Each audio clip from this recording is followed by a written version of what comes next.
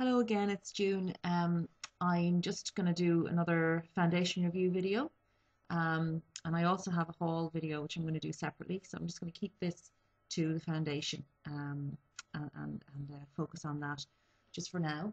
I've just washed my hair, so it looks really weird and wet and awful. Anyway, forget about that. Yeah, so I've got two real heavy hitters to review for you. And I have to say, I'm loving doing these reviews. I'm loving going through and unearthing these foundations that I've had sitting in the drawer for a while now, and just haven't been getting as much use out of them as I should. And I'm giving them a good try, and um, it's really fun, and it's great. And also I'm hoping that it will kind of guide my future purchasing habits, although that is doubtful because I'm a shopaholic, as you know. Anyway, the two I have for you today are the NARS Sheerglow, which you probably all know about, which is very famous, much loved foundation, and also the Diorskin Nude. And so these are the two I'm going to review. Basically, I did the same thing with these. One day I used a brush, and the next day I used the Beauty Blender sponge. And sorry, my hair is really misbehaving. Um, yeah, just to see how it would apply with both techniques, and see which one worked better, if there was a difference. So yeah, so the NARS Sheer Glow, I gave this a really good try. Used it for a few days. This was a foundation I bought again around, I think, March of this year, so earlier this year, when I was considerably paler. Um, but I noticed that the shade is actually a pretty good match for my skin. Now this is in Mont Blanc, so I'll just show you now. Now, one of the big drawbacks of this foundation, no pump dispenser. I think I heard somebody or read somebody saying you can get a pump dispenser from NARS. This cost me between 35 and 40 euro. I shouldn't have to go and get a pump dispenser from NARS. It should come with it. It's expensive stuff. Um, and it's quite liquid, so there's the potential to just spill that all over the shop. Um, and you're going to possibly use more than you need. And if you knock it over, you're screwed. So definitely lose marks for that. So I'll just show you the shade. I'm just going to kind of take a bit off here and just show you that. Okay, so there's the shade there. So it is very close to my skin tone, I have to say. It's a very good match. When I tried this first, I hated it. And that was back in March when I bought it. I really disliked it. I thought it was cakey looking. I thought it was basically just sank into my pores, highlighted them, and did very little else for me. I've rediscovered it recently, and I realize now that I was just using way too much, and I know other people have said the same. It's a very pigmented foundation. It is designed, as opposed to the sheer matte, which is more, I think probably more for oily skin. This is supposed to be more for a drier skin, and with a name like Sheer Glow, you imagine it's going to be a dewy finish, kind of glowing finish. On my skin, this goes on pretty matte, actually. It didn't look particularly dewy when I put it on. Now, I didn't use a huge amount because I find, the more you load this on, it is definitely going to look chalky and cakey on your skin. So what I would do is just use a tiny amount, blend it with your fingers or with a sponge. I did not like the way this worked with the brush. I found when I put it on with the brush, it just looked cakey immediately, even using a tiny amount. And it also dries quite quickly, so you don't have long to work with it. So you're trying to spread it out as much as possible to avoid that cakiness, but I find that it has dried before you have a chance to do that. So for me, this is not a foundation that works well with a brush. With the damp Beauty Blender, I got the best results. because the wet sponge, the damp sponge helped to keep the foundation from setting too quickly. So I was able to work a lot better with it. I could spread it a lot further and then concentrate then and put a little bit extra on areas that needed it. And I got a really excellent finish with that. So with the Beauty Blender and going very carefully and putting it on in layers as opposed to all in one go, this was excellent. But I did have, you do have to experiment and work a bit harder with this foundation to get it to look right. So it's not a sort of throw it on and go product, I don't think, for my skin anyway. But yeah, once it was on, coverage was excellent.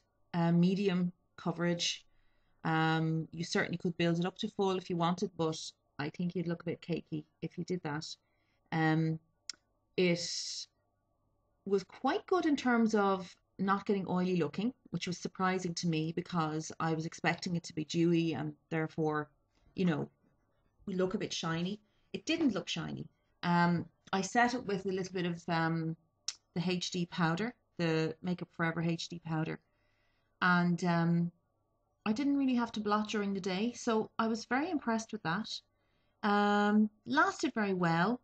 It didn't sink into my pores that much. It didn't accentuate them. So yeah, I mean, overall, I was very, very pleased with it. I would probably give it a 7 out of 10. The reason why I say that is firstly because it doesn't have a pump dispenser, and I think that's a practical point that's very, very significant with this product. You don't want too much of this at all. It would be different if it was a product that you're going to use loads of every time you use it. You're going to use tiny amounts of this each time, and yet, again, you're just, you're pouring it out and hoping for the best, hoping that not too much comes out. And the other reason is that it is slightly hard work to get it on and get it looking well. But with the right tools and using a small amount at a time, it works excellently. The second one I want to show you then is the Diorskin Nude, and this is in the shade 20, which is not the lightest shade by any stretch of the imagination. Unusually for a French brand, the shades are actually quite light. Some of the shades are quite light. So there's the 20. I'm just blending that on a separate area to where the Sheerglow is gone. And you'll see there again, it is on the light side, but it blends very, very nicely into my skin. And it's yellow based. I think all the shades in this range are yellow based. So yeah, this one is, I have to say, probably one of my favorites so far, and has been since I bought it. It is extremely easy to work with. You will need to use a bit of this product. It's kind of like the opposite of Sheerglow. I find I need about 3 pumps of this foundation, and I don't know why. I mean, it is quite pigmented, but when it blends into your skin, it sort of seems to vanish into your skin, if you know what I mean. It doesn't sit on it. It almost seems to just work into it. Yeah, and the coverage is sort of light to medium. So you're going to use a little bit more of this, I think, than less. But obviously, 1 pump at a time is fine, and then see how you go. But for me, I use about 3 pumps, and that gives me kind of light to medium coverage. Because of the yellow tint, I find it neutralizes redness really well, really effectively.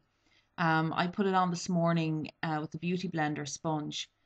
Or actually, no, I didn't use the sponge. I used the brush. I used this Louise Young foundation brush, which is my new best friend. It's my new favorite foundation brush. And I found that I only needed to use the tiniest bit of concealer to cover redness. It gives a kind of matte finish, but not too matte. Definitely not. It's no way is it cakey or chalky looking on your skin. I put a little bit of the HD powder over the top of that, and it's just undetectable. It's just flawless. So in terms of application, in terms of coverage, It's terrific. It's great stuff. It's just a pleasure to use. It just goes on, spreads nicely, and I love this foundation for from that point of view. It does come with a pump dispenser, which is great. Um, then for wear during the day, then again, it doesn't keep the skin completely matte, but at the same time, it didn't get excessively oily either. Um, I found that in terms of its staying power, it wasn't quite as good as the Sheer Glow. Okay, so this definitely lasted better on the skin than this one did. This did fade away slightly during the day. It didn't fade completely, and I mean, certainly when I removed my makeup last night, for instance, there was still a fair bit there to come off, but certainly not as much as with some of the other foundations. Um, so you might want to touch this up during the day, but I would still give this 8.5 out of 10. This is certainly one of my favorites, and it's one that I would definitely buy again. Whereas with the Sheer Glow, although I really like it, I'm just not sure I'd go for this again, you know, because it's just hard work. This one is effortless to put on, and it looks amazing, I have to say. Of the, I'd say so far, this has the best finish when it's just applied. So those are the two foundations, and this one is definitely winning over the Sheer Glow. Again, that's just for me. You know, somebody with kind of combination skin. For someone else, could be totally the reverse. So I know I'm rambling. I'm going to edit this down to make it shorter, so it won't be so long when it's uploaded.